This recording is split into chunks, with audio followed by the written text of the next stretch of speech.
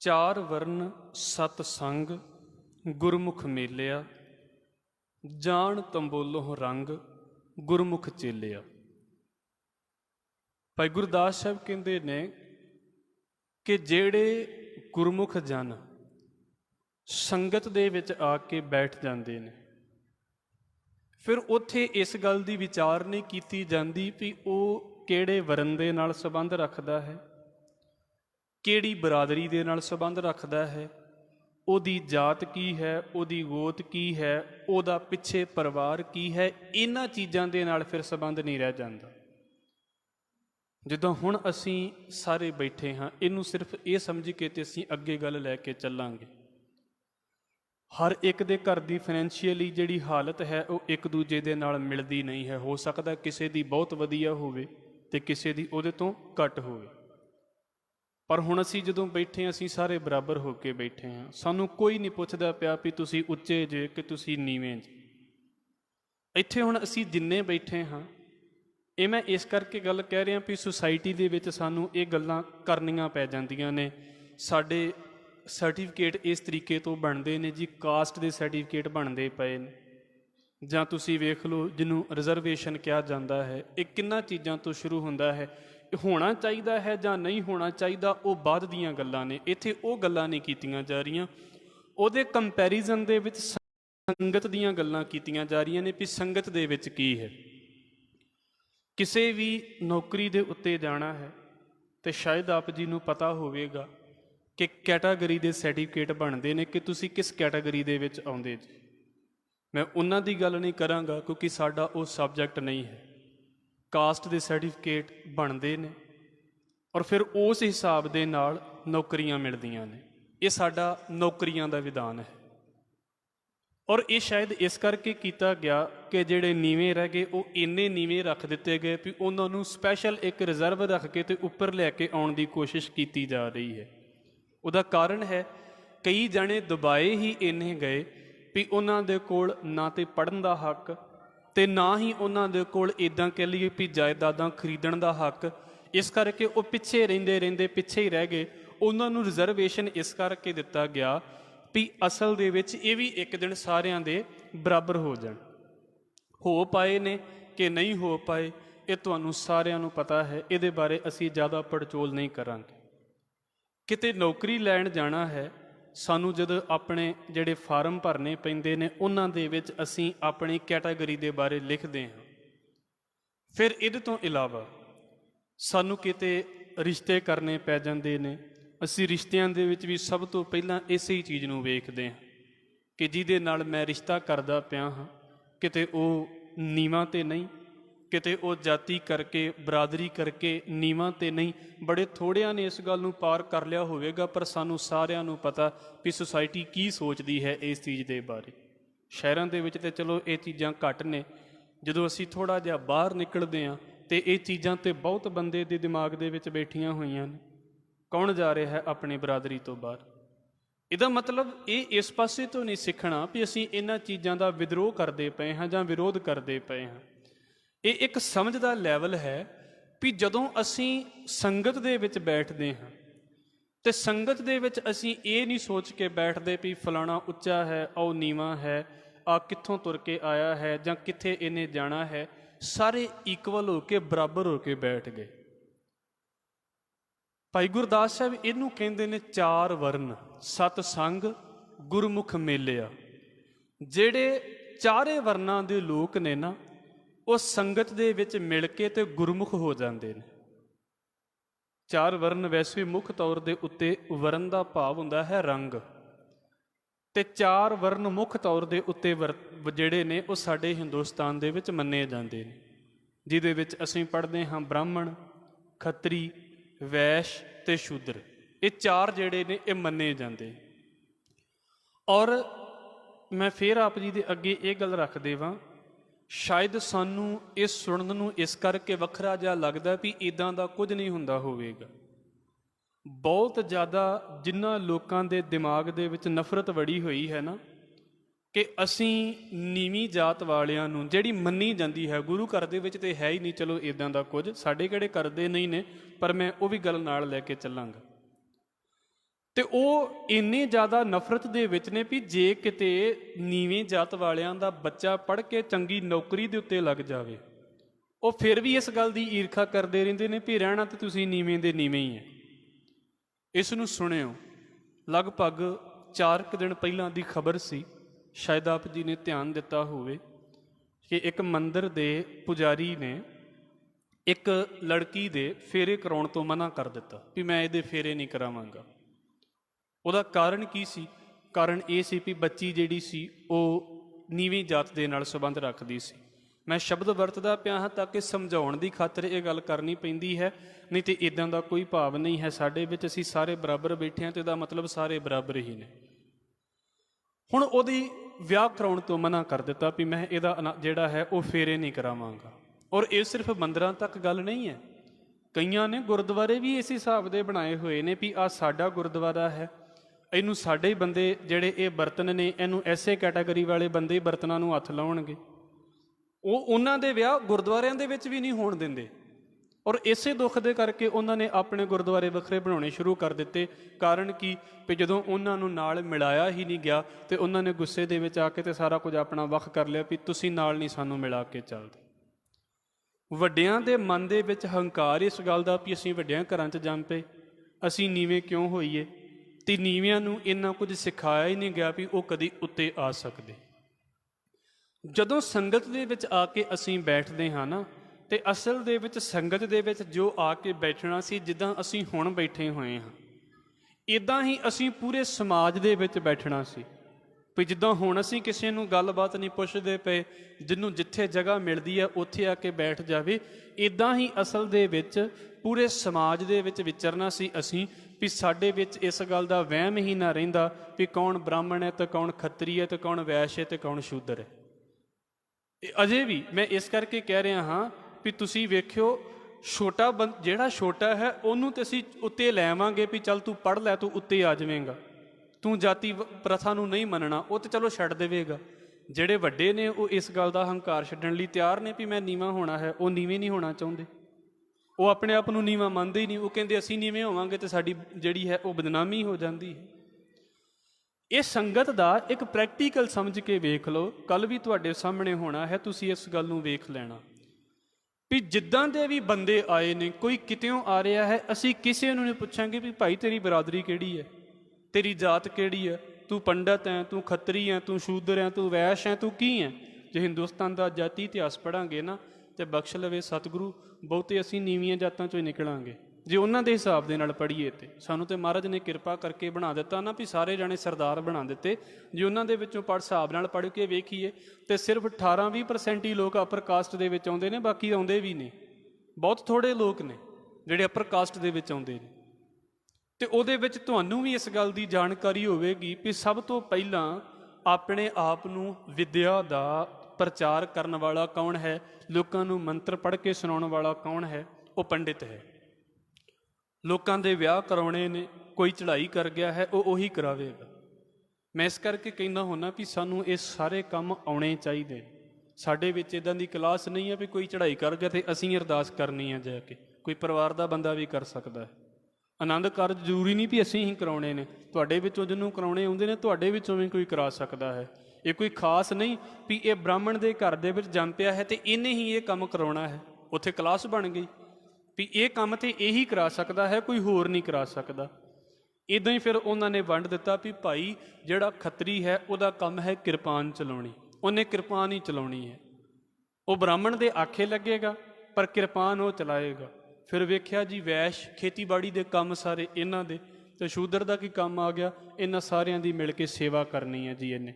ਤੇ ਔਰ ਦੁਨੀਆ ਦੇ ਵਿੱਚ ਖਾਸ ਕਰਕੇ ਸਾਡੇ ਹਿੰਦੁਸਤਾਨੀ ਕਲਚਰ ਦੇ ਵਿੱਚ ਜਿੰਨੀ ਮਾੜੀ ਹਾਲਤ ਸੇਵਾ ਕਰਨ ਵਾਲਿਆਂ ਦੀ ਹੈ ਨਾ, ਜਿਹੜੇ ਬਾਹਰ ਸੁਸਾਇਟੀ ਦੇ ਵਿੱਚ ਸੇਵਾ ਕਰਦੇ ਨੇ, ਮੈਂ ਅਕਸਰ ਬੇਨਤੀ ਕਰਦਾ ਹੁੰਦਾ ਕਿ ਵੇਖੋ ਸਾਡੇ ਘਰ ਦੇ ਵਿੱਚ ਕੂੜਾ ਪਿਆ ਹੋਵੇ ਕਿੰਨਾ ਬੁਰਾ ਲੱਗਦਾ ਹੈ, ਸਾਨੂੰ ਰੋਜ਼ ਸਫਾਈ ਕਰਨੀ ਪੈਂਦੀ ਹੈ।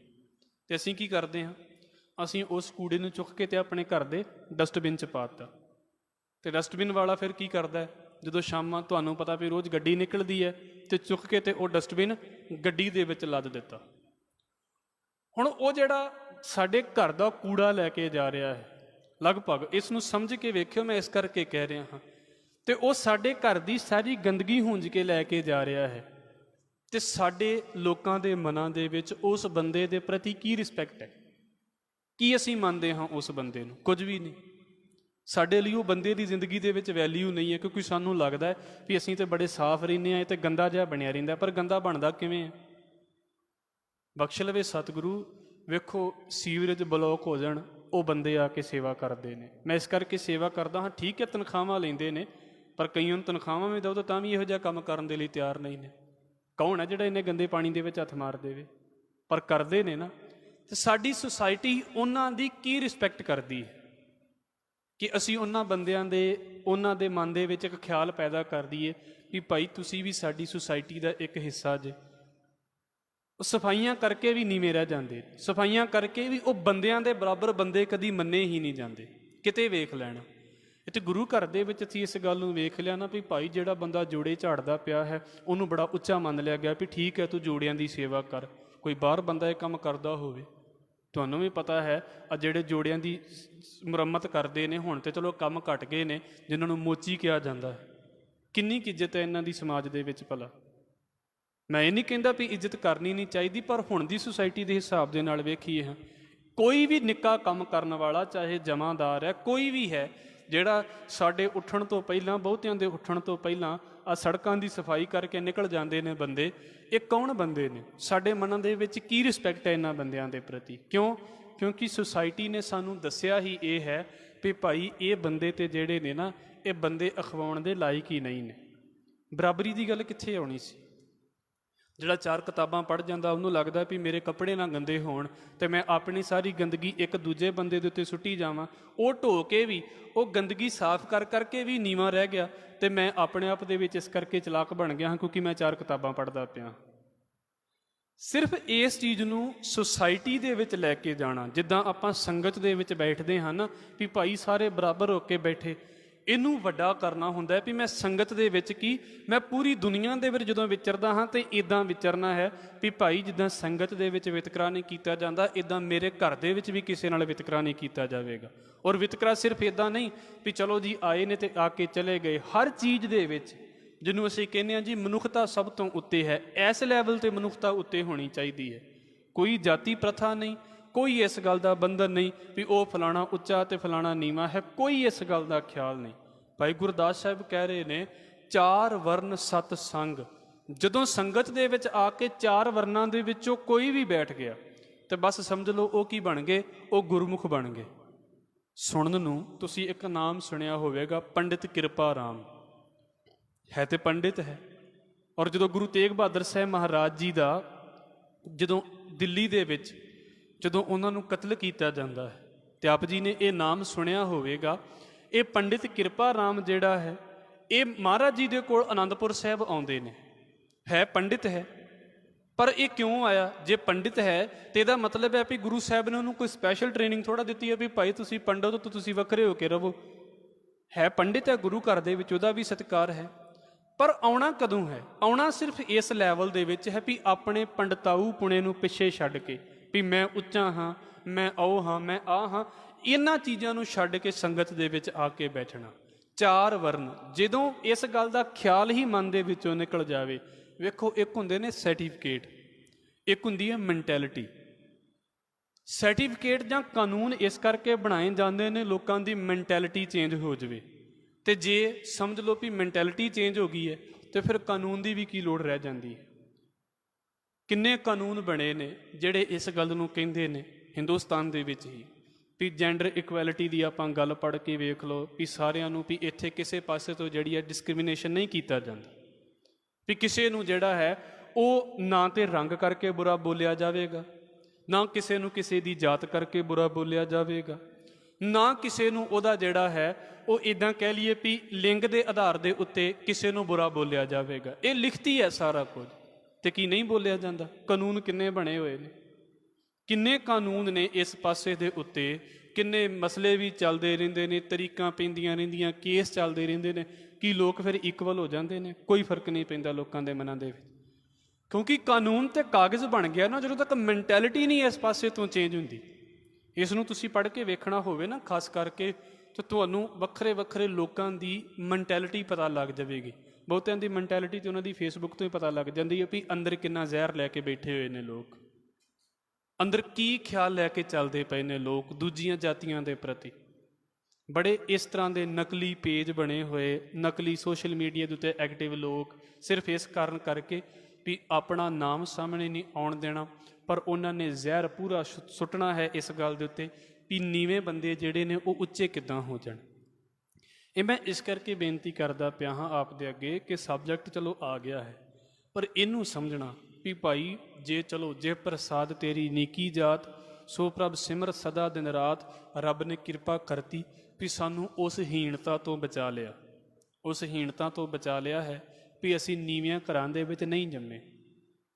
ਤੁਸੀਂ ਸ਼ਾਇਦ ਇੱਕ ਖਬਰ ਘੁੰਮਦੀ ਪਈ ਆ ਥੋੜ੍ਹੇ ਦਿਨ ਪਹਿਲਾਂ, 1947 ਦੇ ਵਿੱਚ ਜਾਂ 1948 ਦੇ ਵਿੱਚ ਇੱਕ ਬੰਦੇ ਨੇ ਦਾਖਲਾ ਲਿਆ ਅਮਰੀਕਾ ਦੀ ਯੂਨੀਵਰਸਿਟੀ ਦੇ ਵਿੱਚ, ਅਤੇ ਉਹ ਕਿਉਂਕਿ ਉਹ ਸ਼ਕਲ ਤੋਂ ਕਾਲਾ ਸੀ, ਉਹਨਾਂ ਦੇ ਵਿੱਚ ਇਸ ਗੱਲ ਦਾ ਬੜਾ, ਇਹ ਜਿਹੜੀ ਰੇਸ ਹੈ ਨਾ ਕਾਲੇ ਅਤੇ ਗੋਰੇ ਵਾਲੀ, ਇਹ ਬੜੀ ਖਤਰਨਾਕ ਚੱਲਦੀ ਹੈ। ਜਿੱਦਾਂ ਸਾਡੇ ਵਿੱਚ ਜਾਤੀਆਂ ਚੱਲਦੀਆਂ ਨੇ, ਕਿਉਂਕਿ ਰੰਗ ਤੇ ਲਗਭਗ ਸਾਰੇ ਹਿੰਦੁਸਤਾਨੀਆਂ ਦਾ ਇੱਕੋ ਜਿਹਾ ਹੀ ਹੈ, ਫਰਕ ਹੈ ਸਾਊਥ ਇੰਡੀਅਨ ਦਾ ਨਾਰਥ ਇੰਡੀਆ ਦੇ ਨਾਲ ਨਹੀਂ ਮਿਲਦਾ। ਅਤੇ ਜਦੋਂ ਤੁਸੀਂ ਈਸਟ ਇੰਡੀਆ ਵੱਲ ਚਲੇ ਜਾਓ ਫਿਰ ਤਾਂ ਸ਼ਕਲਾਂ ਵੀ ਵੱਖ ਹੋਣੀਆਂ ਸ਼ੁਰੂ ਹੋ ਜਾਂਦੀਆਂ ਨੇ। ਪਰ ਇੱਥੇ ਇੱਦਾਂ ਦੀ ਰੇਸ ਨਹੀਂ ਹੈ, ਲਗਭਗ ਰੰਗ ਵਾਲੇ ਪਾਸੇ ਤੋਂ ਘੱਟ ਵਿਤਕਰਾ ਹੈ, ਪਰ ਬਾਹਰਲਿਆਂ ਦੇ ਵਿੱਚ ਕਾਲਿਆਂ ਅਤੇ ਗੋਰਿਆਂ ਦਾ ਵਿਤਕਰਾ ਬਹੁਤ ਖਤਰਨਾਕ ਹੈ। ਪਿੱਛੇ ਜੇ ਲਗਭਗ ਸਾਲ ਡੇਢ ਸਾਲ ਪਹਿਲਾਂ ਜੋ ਅਮਰੀਕਾ ਦੇ ਵਿੱਚ ਹੋਇਆ ਸੀ, ਉਹ ਪੁਲਿਸ ਵਾਲੇ ਨੇ ਇੱਕ ਜਿਹੜਾ ਉਹ ਕਤਲ ਕਰ ਦਿੱਤਾ ਕਾਲੇ ਰੰਗ ਵਾਲਾ ਬੰਦਾ, ਪੂਰੀ ਦੁਨੀਆ ਦੇ ਵਿੱਚ ਮਸਲਾ ਕਿੰਨਾ ਖੜਾ ਹੋਇਆ। ਅਤੇ ਉਹ 1947-48 ਦੀ ਗੱਲ ਹੈ ਲਗਭਗ। ਉਹ ਜਿਹੜਾ ਕਾਲਾ ਬੰਦਾ ਸੀ, ਬਖਸ਼ ਲਵੇ ਸਤਿਗੁਰੂ, ਮੈਂ ਤਾਂ ਇਹਨਾਂ ਚੀਜ਼ਾਂ ਦੇ ਵਿੱਚ ਯਕੀਨ ਨਹੀਂ ਰੱਖਦਾ, ਪਰ ਦੱਸਣਾ ਪੈਂਦਾ ਹੈ ਕਿਉਂਕਿ ਉਹ ਗੱਲ ਇੱਦਾਂ ਸਮਝ ਆਉਂਦੀ ਹੈ। ਉਹ ਕਹਿੰਦਾ ਮੈਂ ਉਹਦੀ ਫੋਟੋ ਨਾਲ ਉਹਨਾਂ ਨੇ ਪਾਈ ਹੋਈ ਹੈ ਕਿ ਬਾਕੀ ਜਿਹੜੇ ਗੋਰੇ ਬੱਚੇ ਨੇ, ਬਲੈਕ ਐਂਡ ਵਾਈਟ ਫੋਟੋ ਹੈ, ਗੋਰੇ ਬੱਚੇ ਨੇ ਉਹ ਸਾਰੇ ਕਲਾਸਰੂਮ ਦੇ ਅੰਦਰ ਨੇ, ਅਤੇ ਉਹ ਇਕੱਲਾ ਜਿਹੜਾ ਹੈ ਉਹ ਡੋਰ ਦੇ ਉੱਤੇ, ਡੈਸਕ ਦੇ ਉੱਤੇ ਬੈਠਾ ਹੋਇਆ, ਦਰਵਾਜ਼ੇ ਦੇ ਉੱਤੇ ਬੈਠਾ ਹੋਇਆ। ਹੁਣ ਟੀਚਰ ਉਹਨੂੰ ਪੜ੍ਹਾ ਰਹੇ ਨੇ। ਹੁਣ ਉਹ ਲਿਖਦਾ ਹੈ ਵੀ ਠੀਕ ਹੈ ਵੀ ਮੈਨੂੰ ਐਡਮਿਸ਼ਨ ਮਿਲ ਗਈ ਹੈ ਯੂਨੀਵਰਸਿਟੀ ਦੇ ਵਿੱਚ, ਪਰ ਟੀਚਰਾਂ ਨੇ ਮੈਨੂੰ ਕਦੀ ਬਾਕੀ ਦੇ ਸਟੂਡੈਂਟ ਦੇ ਬਰਾਬਰ ਸਮਝਿਆ ਹੀ ਨਹੀਂ। ਉਹਨਾਂ ਲਈ ਮੈਂ ਕਦੀ ਇਸ ਗੱਲ ਦਾ ਸਬਜੈਕਟ ਬਣਿਆ ਹੀ ਨਹੀਂ ਵੀ ਇਸ ਬੱਚੇ ਦੇ ਉੱਤੇ ਵੀ ਆਪਣੀ ਜਿਹੜੀ ਆ ਅਟੈਂਸ਼ਨ ਕਰਨਾ ਹੈ, ਆਪਣੀ ਵੀ ਇੱਧਰ ਵੀ ਧਿਆਨ ਦੇਣਾ ਵੀ ਇਹ ਵੀ ਕੋਈ ਕਲਾਸ ਲਵਾ ਰਿਹਾ ਹੈ। ਇੱਕ ਜਣਾ ਕਲਾਸ ਦੇ ਅੰਦਰ ਬੈਠਾ ਹੋਵੇ, ਦੂਜਾ ਕਲਾਸ ਦੇ ਬਾਹਰ ਬੈਠਾ ਹੋਵੇ, ਕਿੰਨਾ ਮਨ ਦੇ ਵਿੱਚ ਦੁੱਖ ਲੱਗਦਾ ਇਸ ਗੱਲ ਨੂੰ। ਤੁਸੀਂ ਕਦੀ ਇਸ ਗੱਲ ਨੂੰ ਆਪਾਂ ਸੋਚ ਕੇ ਵੇਖੀਏ? ਕਿਉਂਕਿ ਮੈਂ ਇਸ ਕਰਕੇ ਕਹਿ ਰਿਹਾ ਵੀ ਸ਼ੁਕਰ ਹੈ ਮਹਾਰਾਜ ਨੇ ਸਾਨੂੰ ਕਿਰਪਾ ਕਰ ਦਿੱਤੀ, ਇਸ ਪਾਸੇ ਦੀ ਜ਼ਿੰਦਗੀ ਦੇ ਦਿੱਤੀ ਵੀ ਸਾਨੂੰ ਫੀਲ ਨਹੀਂ ਹੁੰਦਾ ਕਦੀ ਇਹਨਾਂ ਚੀਜ਼ਾਂ ਦੇ ਵਿੱਚ। ਜਿਨ੍ਹਾਂ ਨੂੰ ਸਕੂਲੇ ਹੀ ਨਹੀਂ ਆਉਣ ਦਿੱਤਾ ਜਾਂਦਾ ਉਹਨਾਂ ਦੇ ਨਾਲ ਕੀ ਹਾਲਾਤ ਵਾਪਰਦੇ ਹੋਣਗੇ ਨਾ। ਤੁਸੀਂ ਅੰਬੇਦਕਰ ਨੂੰ ਪੜ੍ਹ ਕੇ ਵੇਖ ਲਓ, ਬਹੁਤੀ ਦੂਰ ਦੀਆਂ ਗੱਲਾਂ ਨਹੀਂ, ਸਾਰੀਆਂ ਗੱਲਾਂ ਕਲੀਅਰ ਹੋ ਜਾਣਗੀਆਂ ਵੀ ਕਿੱਦਾਂ ਕਿੱਦਾਂ ਦੇ ਲੋਕ ਵਿਤਕਰੇ ਕਰਦੇ ਨੇ। ਉਹ ਕਹਿੰਦਾ ਵੀ ਠੀਕ ਆ, ਜਦੋਂ ਮੈਂ 2-3 ਸਾਲ ਬਾਅਦ ਪੜ੍ਹਿਆ ਨਾ ਅਤੇ ਫਿਰ ਉਹਨਾਂ ਮੇਰੇ ਪ੍ਰੋਫੈਸਰਾਂ ਦਾ ਧਿਆਨ ਮੇਰੇ ਵੱਲ ਹੋ ਗਿਆ ਵੀ ਇਹਦੇ ਵੱਲ ਵੀ ਧਿਆਨ ਦੇਣਾ ਚਾਹੀਦਾ ਹੈ, ਨਹੀਂ ਤਾਂ ਕਿੰਨੇ ਜਾਣੇ ਪੜ੍ਹ ਕੇ ਨਿਕਲ ਜਾਂਦੇ ਨੇ, ਕੌਣ ਇਸ ਗੱਲ ਦੇ ਵੱਲ ਧਿਆਨ ਰੱਖਦਾ ਹੈ। ਇਹ ਜਿਹੜੀ ਰੇਸ ਦੀ ਲੜਾਈ ਹੈ, ਗੁਰੂ ਸਾਹਿਬ ਨੇ ਇਸ ਕਰਕੇ ਇਹ ਸੁਸਾਇਟੀ ਸ਼ੁਰੂ ਕੀਤੀ ਸੀ ਵੀ ਭਾਈ ਅਸੀਂ ਸਾਰਿਆਂ ਨੇ ਜਦੋਂ ਆਉਣਾ ਹੈ, ਜਿੱਦਾਂ ਇੱਥੇ ਵਿਤਕਰਾ ਨਹੀਂ ਕਰਦੇ, ਚਲੋ ਹੁਣ ਤੇ ਠੀਕ ਹੈ ਆਪਾਂ ਆ ਕੇ ਬੈਠ ਜਾਂਦੇ ਹਾਂ ਕਿਉਂਕਿ ਇਹੋ ਤਾਂ ਸਾਡਾ ਪ੍ਰੈਕਟੀਕਲ, ਇਹੋ ਤਾਂ ਅਸੀਂ ਵੇਖਣਾ ਹੈ। ਅਸੀਂ ਨਹੀਂ ਨਾ ਸੋਚ ਪਾਉਂਦੇ। ਅਤੇ ਇਸ ਗੱਲ ਨੂੰ ਤਾਂ ਤੁਸੀਂ ਵੀ ਸੁਣਿਆ ਹੋਵੇਗਾ ਵੀ ਮਹਾਰਾਜ ਗੁਰੂ ਅਮਰਦਾਸ ਸਾਹਿਬ ਮਹਾਰਾਜ ਦੇ ਵੇਲੇ ਦੀ ਗੱਲ, ਜਦੋਂ ਇਹ ਗੱਲ ਅਜੇ ਨਵੀਂ ਸ਼ੁਰੂ ਹੋਣੀ ਹੈ, ਗੁਰੂ ਨਾਨਕ ਸਾਹਿਬ ਮਹਾਰਾਜ ਨੇ ਸੰਗਤ ਬਣਾ ਲਈ ਅਤੇ ਭਾਈ ਲਾਲੋ ਦੇ ਘਰ ਦੇ ਵਿੱਚ ਮਹਾਰਾਜ ਨੇ ਜਾ ਕੇ ਪ੍ਰਸ਼ਾਦਾ ਛਕ ਲਿਆ। ਹੁਣ ਗੋਇੰਦਵਾਲ ਦਰਬਾਰ ਲੱਗਦਾ ਹੈ ਮਹਾਰਾਜ ਜੀ ਦਾ। ਜਿੱਦਾਂ ਮੈਂ ਪਹਿਲਾਂ ਬੇਨਤੀ ਕੀਤੀ ਹੈ ਵੀ ਨੀਵਾਂ ਬੰਦਾ ਤਾਂ ਆਪਣੇ ਆਪ ਨੂੰ ਉੱਚਾ ਮੰਨ ਲਵੇਗਾ, ਉੱਚੇ ਬੰਦੇ ਲਈ ਨੀਵਾਂ ਹੋਣਾ ਬੜਾ ਔਖਾ ਹੈ। ਨੀਵੇਂ ਬੰਦੇ ਨੂੰ ਉੱਚਾ ਕਰ ਲਵਾਂਗੇ, ਉੱਚਾ ਬੰਦਾ ਨਹੀਂ ਝੁਕਦਾ ਏਡੀ ਛੇਤੀ। ਉਹ ਕੀ ਵੇਖਦੇ ਹਾਂ ਅਸੀਂ ਇਤਿਹਾਸ ਦੇ ਵਿੱਚੋਂ ਇਸ ਗੱਲ ਨੂੰ ਵੀ ਮਹਾਰਾਜ ਜੀ ਦੀਆਂ ਗੱਲਾਂ ਸੁਣਨ ਦੇ ਲਈ, ਉਪਦੇਸ਼ ਸੁਣਨ ਦੇ ਲਈ ਬੜੀ ਸੰਗਤ ਆਉਂਦੀ ਸੀ, ਲੋਕ ਬਹੁਤ ਆਉਂਦੇ ਸੀ। ਅਤੇ ਮਹਾਰਾਜ ਨੇ ਇੱਕ ਸਿਧਾਂਤ ਕੀ ਦਿੱਤਾ ਸੀ ਜਿਹਨੂੰ ਅਸੀਂ ਪੜ੍ਹਦੇ ਹੁੰਦੇ ਹਾਂ, ਪਹਿਲੇ ਪੰਗਤ ਅਤੇ ਪਾਛੈ ਸੰਗਤ। ਭਾਈ ਪਹਿਲਾਂ ਪੰਗਤੀ ਦੇ ਵਿੱਚ ਬੈਠੋ, ਪਹਿਲਾਂ ਇੱਕ ਲਾਈਨ ਦੇ ਵਿੱਚ ਬੈਠੋ। ਪੰਗਤ ਦਾ ਮਤਲਬ ਲਾਈਨ ਹੀ ਹੈ, ਲਾਈਨ ਦਾ ਮਤਲਬ ਇਕਵਲ ਹੋ ਕੇ, ਬਰਾਬਰ ਹੋ ਕੇ ਬੈਠੋ। ਇਹ ਗੱਲ ਸ਼ੁਰੂ ਕਿੱਥੋਂ ਹੋਈ ਸਾਡੇ ਵਿੱਚ?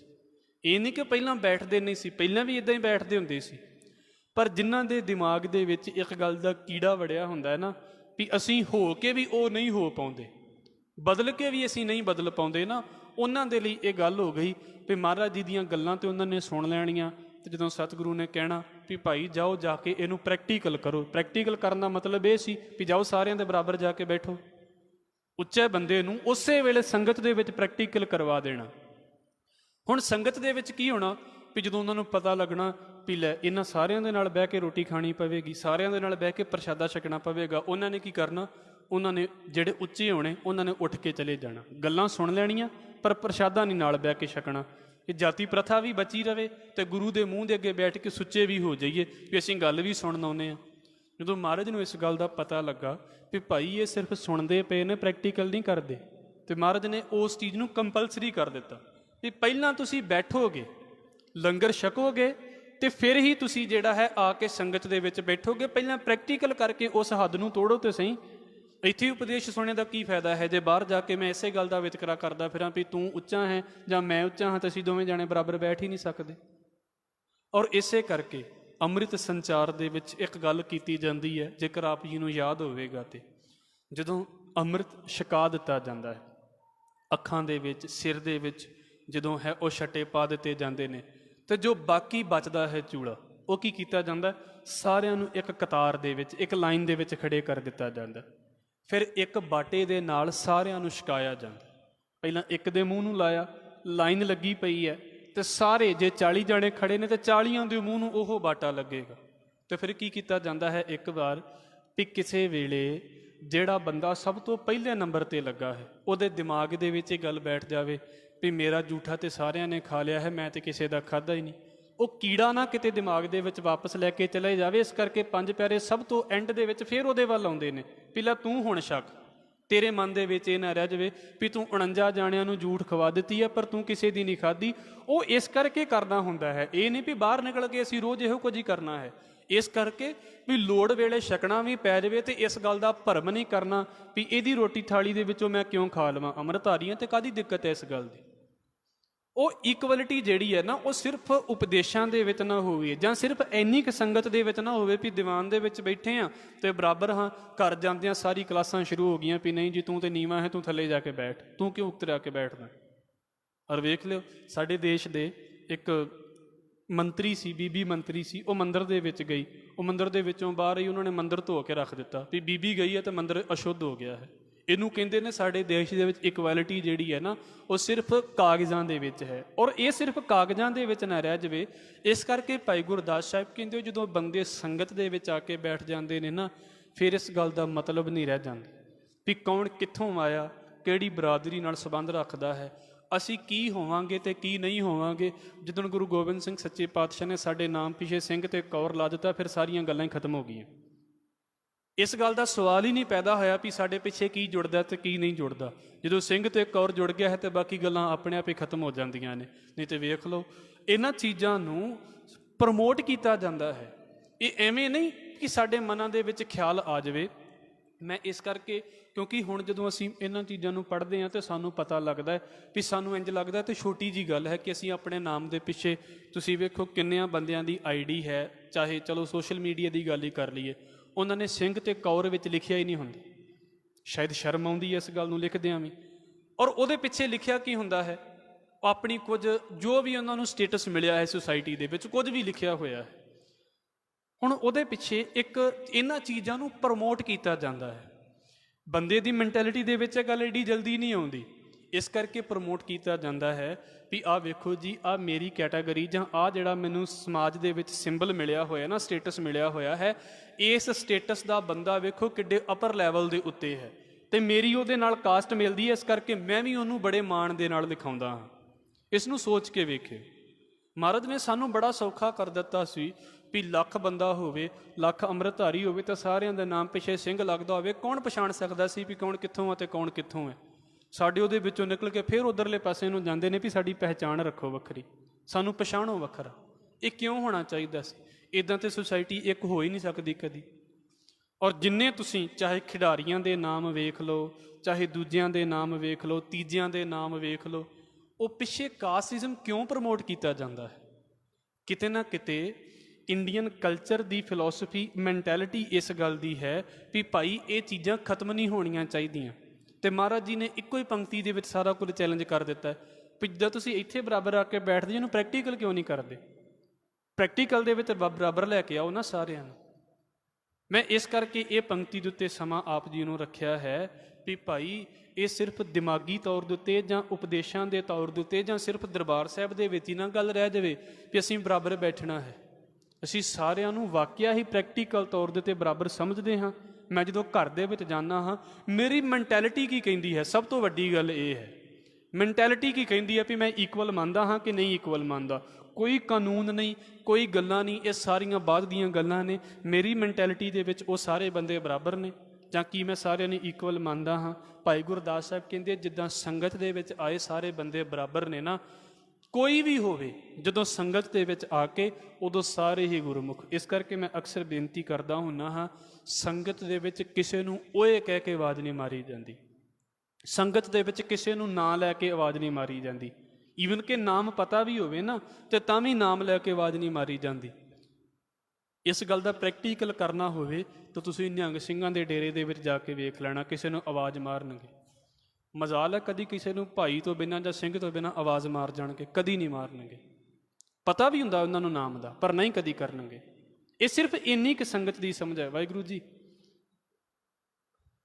ਇਹ ਸਿਰਫ ਇੰਨੀ ਕੁ ਖੇਡ ਹੈ। ਜਦੋਂ ਅਸੀਂ ਚਾਰ ਵਰਨ ਸੰਗਤ ਦੇ ਵਿੱਚ ਆ ਕੇ ਬੈਠ ਜਾਂਦੇ ਹਾਂ ਨਾ, ਮਤਲਬ ਨਹੀਂ ਹੈ ਅਸੀਂ ਕੀ ਹਾਂ ਤੇ ਕੀ ਨਹੀਂ ਹਾਂ। ਸਾਰੇ ਜਾਣੇ ਗੁਰਮੁਖ ਹੋ ਕੇ ਬੈਠਣ ਦੀ ਕੋਸ਼ਿਸ਼ ਕਰਿਆ ਕਰੀਏ। ਤੇ ਇਹਦਾ ਸਿਰਫ ਪ੍ਰੈਕਟੀਕਲ ਸਾਡਾ ਸਿਰਫ ਇੱਥੋਂ ਤੱਕ ਨਾ ਹੋਵੇ, ਇਹ ਪ੍ਰੈਕਟੀਕਲ ਸਾਡਾ ਵੱਡਾ ਵੀ ਹੋਵੇ। ਇੱਕ ਮੈਂ ਘਟਨਾ ਆਪ ਜੀ ਦੇ ਅੱਗੇ ਰੱਖ ਦੇਵਾਂ ਤੇ ਫਿਰ ਅਸੀਂ ਅਗਲੀ ਵਿਚਾਰ ਨੂੰ ਕਰਾਂਗੇ।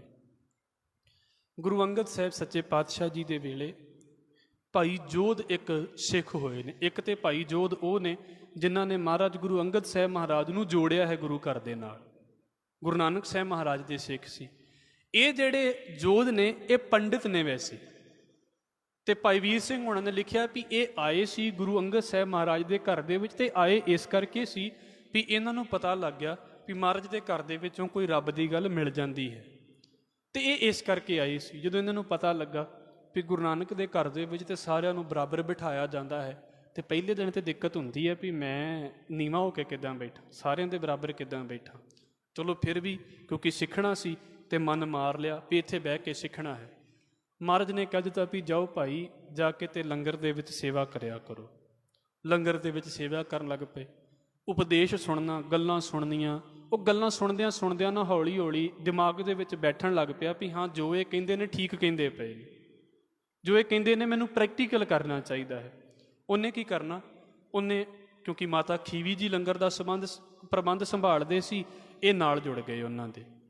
ਹੁਣ ਨਾਲ ਉਹਨਾਂ ਦੇ ਪ੍ਰਬੰਧ ਸੰਭਾਲਦੇ ਪਏ ਨੇ ਤੇ ਸੰਗਤ ਦਾ ਜੋ ਵੀ ਉਹਨਾਂ ਨੂੰ ਛਕਾਉਣਾ ਹੈ ਉਹਨਾਂ ਦੇ ਜੂਠੇ ਬਰਤਨ ਚੁੱਕ ਕੇ ਤੇ ਇੱਕ ਪਾਸੇ ਲਾ ਦੜੇ। ਤੇ ਇਹ ਲਿਖਤ ਹੈ, ਮੈਂ ਇਸ ਕਰਕੇ ਆਪ ਜੀ ਦੇ ਅੱਗੇ ਰੱਖਦਾ ਪਿਆ ਵੀ ਕਹਿੰਦੇ ਵੀ ਹੌਲੀ ਹੌਲੀ ਨਾ ਉਹਨਾਂ ਦੇ ਮਨ ਦੇ ਵਿੱਚ ਇਹ ਖਿਆਲ ਆ ਗਿਆ ਵੀ ਮੈਂ ਲੰਗਰ ਦੇ ਵਿੱਚੋਂ ਪ੍ਰਸ਼ਾਦਾ ਛਕਦਾ, ਮੈਂ ਇਹ ਵੀ ਨਹੀਂ ਛਕਣਾ। ਕਹਿੰਦੇ ਕਿ ਉਹਨਾਂ ਨੇ ਕੀ ਕੀਤਾ ਵੀ ਜੇ ਕਿਤੇ ਸੰਗਤ ਦਾ ਜਿਹੜਾ ਪ੍ਰਸ਼ਾਦਾ ਵੱਧ ਜਾਣਾ ਨਾ, ਉਹਨਾਂ ਨੇ ਉਹ ਖਾਣਾ ਸ਼ੁਰੂ ਕਰ ਦਿੱਤਾ। ਸੁਣਨ ਨੂੰ ਵੱਖਰਾ ਜਿਹਾ ਲੱਗ ਸਕਦਾ ਹੈ ਵੀ ਜੋ ਸੰਗਤ ਦੇ ਵਿੱਚੋਂ ਕਿਸੇ ਨੇ ਛੱਡ ਦੇਣਾ, ਉਹਨਾਂ ਨੇ ਉਹ ਖਾਣਾ ਸ਼ੁਰੂ ਕਰ ਦਿੱਤਾ। ਤੇ ਹੌਲੀ ਹੌਲੀ ਗੱਲ ਚੱਲ ਗਈ ਮਾਤਾ ਖੀਵੀ ਜੀ ਦੇ ਕੋਲ ਵੀ ਇਹ ਜਿਹੜਾ ਹੈ ਇਹ ਲੰਗਰ ਦੇ ਵਿੱਚ ਪ੍ਰਸ਼ਾਦਾ ਨਹੀਂ ਛਕਦਾ। ਉਹਨਾਂ ਨੇ ਕੀ ਕੀਤਾ, ਮਾਤਾ ਖੀਵੀ ਨੇ ਸਮਝਾਇਆ ਵੀ ਭਾਈ ਇੱਦਾਂ ਨਹੀਂ ਖਾਣਾ ਪ੍ਰਸ਼ਾਦਾ। ਉਹ ਕਹਿੰਦੇ ਮੈਨੂੰ ਮਾਫ਼ ਕਰੋ। ਫਿਰ ਬਾਬਾ ਬੁੱਢਾ ਸਾਹਿਬ ਤੱਕ ਵੀ ਗੱਲ ਚੱਲ ਗਈ। ਬਾਬਾ ਬੁੱਢਾ ਸਾਹਿਬ ਕਹਿੰਦੇ ਵੀ ਚਲੋ ਕੋਈ ਨਹੀਂ, ਆਪਾਂ ਗੁਰੂ ਅੰਗਦ ਸਾਹਿਬ ਮਹਾਰਾਜ ਨਾਲ ਗੱਲ ਕਰਾਂਗੇ। ਮਹਾਰਾਜ ਗੁਰੂ ਅੰਗਦ ਸਾਹਿਬ ਮਹਾਰਾਜ ਦੇ ਨਾਲ ਜਦੋਂ ਗੱਲ ਹੋਈ ਨਾ, ਤਾਂ ਕਹਿੰਦੇ ਗੁਰੂ ਅੰਗਦ ਸਾਹਿਬ ਸੱਚੇ ਪਾਤਸ਼ਾਹ ਪ੍ਰਸ਼ਾਦਾ ਛਕਣ ਬੈਠੇ ਤਾਂ ਭਾਈ ਉਹ ਜਿਹੜੇ ਪੰਡਿਤ ਜੋਧ ਹੈ ਨਾ, ਉਹ ਪ੍ਰਸ਼ਾਦਾ ਵਰਤਾ ਰਿਹਾ। ਤੇ ਮਹਾਰਾਜ ਜੀ ਦੇ ਲਾਗੇ ਆਇਆ ਤੇ ਮਹਾਰਾਜ ਜੀ ਨੂੰ ਪ੍ਰਸ਼ਾਦਾ ਪਰੋਸਿਆ। ਤੇ ਸਤਿਗੁਰੂ ਕਹਿੰਦੇ ਵੀ ਤੁਸੀਂ ਪ੍ਰਸ਼ਾਦਾ ਕਿੱਥੋਂ ਛਕਦੇ ਜੀ? ਤੋ ਕਹਿੰਦੇ ਵੀ ਮਹਾਰਾਜ ਜੀ ਬਸ ਤੁਹਾਡੇ ਲੰਗਰ ਦੇ ਵਿੱਚੋਂ ਛਕ ਲਈਦਾ। ਤੇ ਸਤਿਗੁਰੂ ਨੂੰ ਫਿਰ ਦੱਸਿਆ ਨਾਲ ਦੇ ਸਿੱਖਾਂ ਨੇ ਵੀ ਮਹਾਰਾਜ ਜੀ ਇਹਨਾਂ ਦੇ ਬਾਰੇ ਤੇ ਅਸੀਂ ਇਹ ਵੇਖਦੇ ਹਾਂ ਵੀ ਇਹ ਤੇ ਜਿਹੜਾ ਵਧਿਆ ਪ੍ਰਸ਼ਾਦਾ ਹੁੰਦਾ ਸੰਗਤ ਦਾ, ਇਹ ਉਹ ਛਕਦੇ ਨੇ। ਤੇ ਮਹਾਰਾਜ ਜੀ ਨੇ ਫਿਰ ਸਮਝਾਇਆ ਵੀ ਭਾਈ ਹੀਣਤਾ ਤੇ ਨਿਮਰਤਾ ਇਹਦੇ ਵਿੱਚ ਫਰਕ ਹੈ। ਹੀਣਤਾ ਇੰਨਾ ਨੀਵਾਂ ਲੈ ਕੇ ਜਾ ਸਕਦੀ ਹੈ ਬੰਦੇ ਨੂੰ ਵੀ ਹੋ ਸਕਦਾ ਬੰਦਾ ਉੱਠ ਹੀ ਨਾ ਸਕੇ। ਜਿਹਨੇ ਮੰਨ ਹੀ ਲਿਆ ਵੀ ਮੈਂ ਸਾਰਿਆਂ ਤੋਂ ਮਾੜਾ ਹਾਂ, ਉਹ ਵਿਚਾਰਾ ਕੀ ਉੱਠੇਗਾ। ਨਿਮਰਤਾ ਇਹ ਹੁੰਦੀ ਹੈ ਵੀ ਮੈਂ ਹਾਂ ਕੁਝ ਪਰ ਮੈਂ ਆਪਣੇ ਆਪ ਨੂੰ ਨਿਮਰ ਰੱਖਿਆ ਹੋਇਆ ਹੈ। ਜਿਹਨੂੰ ਕਹਿੰਦੇ ਨੇ ਅਣ ਹੁੰਦਾ ਆਪ ਵੰਡਾਏ, ਜਾਂ ਤਾਣ ਹੁੰਦਾ ਹੋਏ ਨਿਤਾਣਾ ਵਾਲੀ ਗੱਲ ਵੀ ਮੈਨੂੰ ਪਤਾ ਹੈ ਮੇਰੇ ਪੱਲੇ ਤਾਕਤ ਹੈ ਪਰ ਮੈਂ ਤਾਕਤ ਦਿਖਾਉਂਦਾ ਨਹੀਂ ਹਾਂ ਕਿਉਂਕਿ ਮੈਨੂੰ ਗੁਰੂ ਦਾ ਹੁਕਮ ਹੈ। ਇਸ ਕਰਕੇ ਭਾਈ ਨਿਮਰਤਾ ਦੇ ਵਿੱਚ ਆਉਣਾ ਹੈ ਪਰ ਹੀਣਤਾ ਦੇ ਵਿੱਚ ਨਹੀਂ ਆਉਣਾ। ਤੇ ਜਿਸ ਬਾਕੀ ਥਾਂ ਦੇ ਉੱਤੇ ਜਿੱਥੇ ਬੈਠ ਕੇ ਬਾਕੀ ਪ੍ਰਸ਼ਾਦਾ ਛਕਦੇ ਨੇ, ਤੁਸੀਂ ਵੀ ਉੱਥੇ ਬੈਠ ਕੇ ਪ੍ਰਸ਼ਾਦਾ ਛਕਣਾ। ਤਾਂ ਕਹਿੰਦਾ ਵੀ ਮਹਾਰਾਜ ਜੀ ਅਸਲ ਦੇ ਵਿੱਚ ਮੈਂ, ਤੁਹਾਨੂੰ ਪਤਾ ਹੀ ਆ ਵੀ ਮੈਂ ਪਿੱਛੋਂ ਪੰਡਿਤ ਹਾਂ, ਅਤੇ ਪੰਡਿਤ ਹੋਣ ਕਰਕੇ ਜਾਤ ਦਾ ਅਭਿਮਾਨ ਤੇ ਦਿਮਾਗ ਦੇ ਵਿੱਚ ਵੜਿਆ ਹੋਇਆ ਹੈ ਨਾ, ਤੇ ਮੈਂ ਇਸ ਕਰਕੇ ਸੰਗਤ ਦੀ ਸੇਵਾ ਕਰਦਾ ਹਾਂ, ਵਧੀਆ ਪ੍ਰਸ਼ਾਦਾ ਛਕਦਾ ਹਾਂ, ਵੀ ਮੇਰੇ ਮਨ ਦੇ ਵਿੱਚੋਂ ਇਹ ਜਿਹੜਾ ਨਾ ਉਹ ਦਿਮਾਗ ਦੇ ਵਿੱਚ ਜਿਹੜੀ ਗੱਲ ਵੜੀ ਹੋਈ ਹੈ ਵੀ ਮੈਂ ਉੱਚਾ ਹਾਂ, ਉਹ ਨੀਵਾਂ ਹੋ ਜਾਵੇ, ਤਾਂ ਕਿ ਮੈਂ ਇਸ ਗੱਲ ਨੂੰ ਕਹਾਂ ਵੀ ਤੂੰ ਭਾਈ ਉੱਚਾ ਨਹੀਂ ਆ, ਤੂੰ ਤਾਂ ਸੰਗਤ ਦੇ ਵਧੇ ਹੋਏ ਪ੍ਰਸ਼ਾਦੇ ਛਕਦਾ ਪਿਆ ਹੈ। ਮੈਂ ਆਪਣੇ ਦਿਮਾਗ ਦੇ ਵਿੱਚੋਂ ਇਹ ਗੱਲ ਕੱਢਣੀ ਚਾਹੁੰਦਾ। ਹੁਣ ਮਹਾਰਾਜ ਨੇ ਸਮਝਾਇਆ ਵੀ ਨਹੀਂ, ਬੈਠ ਕੇ ਤੇ ਸੰਗਤ ਦੇ ਬਰਾਬਰ 'ਚ ਪ੍ਰਸ਼ਾਦਾ ਛਕੋ। ਇਹਦਾ ਇੱਕ ਭਾਵ ਕੀ ਸੀ? ਇੱਕ ਤੇ ਇਹ ਵੀ ਇੰਨਾ ਨੀਵਾਂ ਵੀ ਨਹੀਂ ਜਾਣਾ ਵੀ ਕੋਈ ਇਹ ਕਹਿ ਦੇਵੇ ਵੀ ਨਹੀਂ ਜੀ ਅਸੀਂ ਤਾਂ ਕੁਝ ਹਾਂ ਹੀ ਨਹੀਂ, ਪਰ ਇੰਨਾ ਉੱਚਾ ਵੀ ਨਹੀਂ ਮੰਨਣਾ ਵੀ ਮੈਂ ਹੀ ਹਾਂ ਸਾਰਾ ਕੁਝ। ਬਰਾਬਰੀ ਦੇ ਉੱਤੇ ਚੱਲਣਾ। ਜਦੋਂ ਸੰਗਤ ਦੇ ਵਿੱਚ ਆ ਕੇ ਬੈਠ ਗਏ ਤੇ ਉਦੋਂ ਸਾਰੇ ਗੁਰਮੁਖ ਹੋ ਗਏ।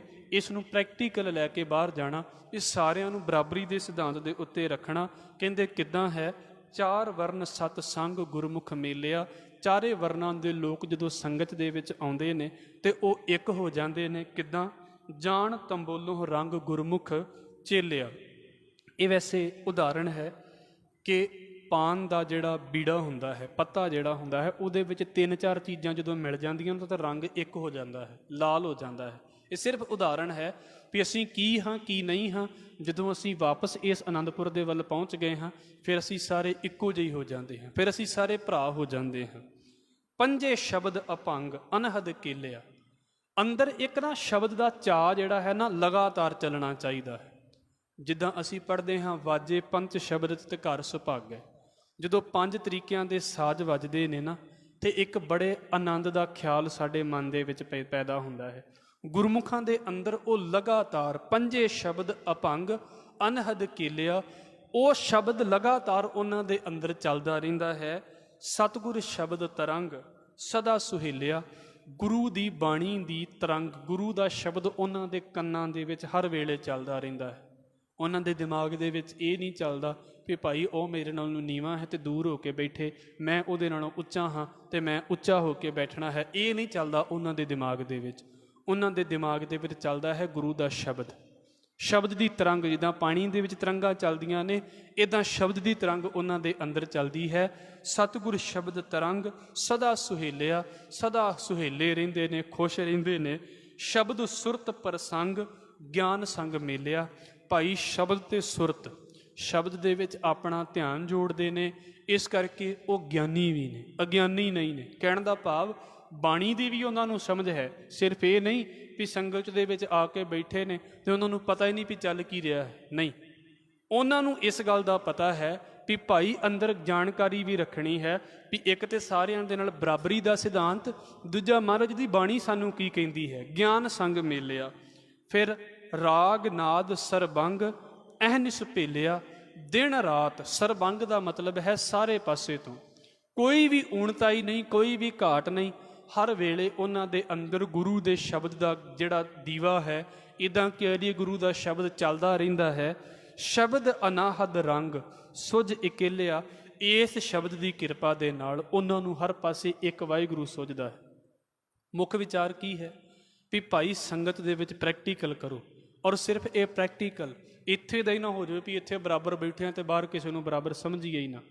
ਸ਼ਬਦ ਨੂੰ ਸਮਝਣਾ, ਬਾਣੀ ਨੂੰ ਵੀ ਸੁਣਨਾ ਹੈ, ਬਰਾਬਰੀ ਸਾਰਿਆਂ ਦੇ ਨਾਲ ਰੱਖਣੀ ਹੈ। ਗੁਰਮੁਖ ਪੰਥ ਨਿਪੰਗ 12 ਖੇਲਿਆ। ਇੱਦਾਂ ਜਿਹੜਾ ਗੁਰਮੁਖ ਪੰਥ ਹੈ ਨਾ, ਗੁਰਮੁਖਾਂ ਦਾ ਜਿਹੜਾ ਰਸਤਾ ਹੈ, ਉਹ ਮੈਲ ਤੋਂ ਰਹਿਤ ਹੋ ਜਾਂਦਾ ਹੈ। ਜਿਹਨੂੰ ਵਰਨਾਂ ਦੀ ਮੈਲ ਨਹੀਂ ਲੱਗੀ ਹੋਈ, ਜਿਹਨੂੰ ਜਾਤਾਂ ਬਰਾਦਰੀਆਂ ਦੀ ਮੈਲ ਨਹੀਂ ਲੱਗੀ ਹੋਈ। ਮੈਂ ਇਹ ਬੇਨਤੀ ਕਹਿ ਕੇ ਤੇ ਸਮਾਪਤੀ ਕਰਾਂਗਾ, ਭਾਈ ਸਾਰਿਆਂ ਨੂੰ ਬਰਾਬਰ ਸਮਝੋ। ਪਰ ਇਹ ਬਰਾਬਰੀ ਦੇ ਉੱਤੇ ਸਮਝਣ ਦਾ ਭਾਵ ਸਿਰਫ ਇੰਨਾ ਨਹੀਂ ਹੈ ਵੀ ਗੁਰਦੁਆਰੇ ਵਿੱਚ ਬਰਾਬਰ ਨੇ ਤੇ ਬਾਹਰ ਕੋਈ ਬਰਾਬਰ ਹੀ ਨਹੀਂ।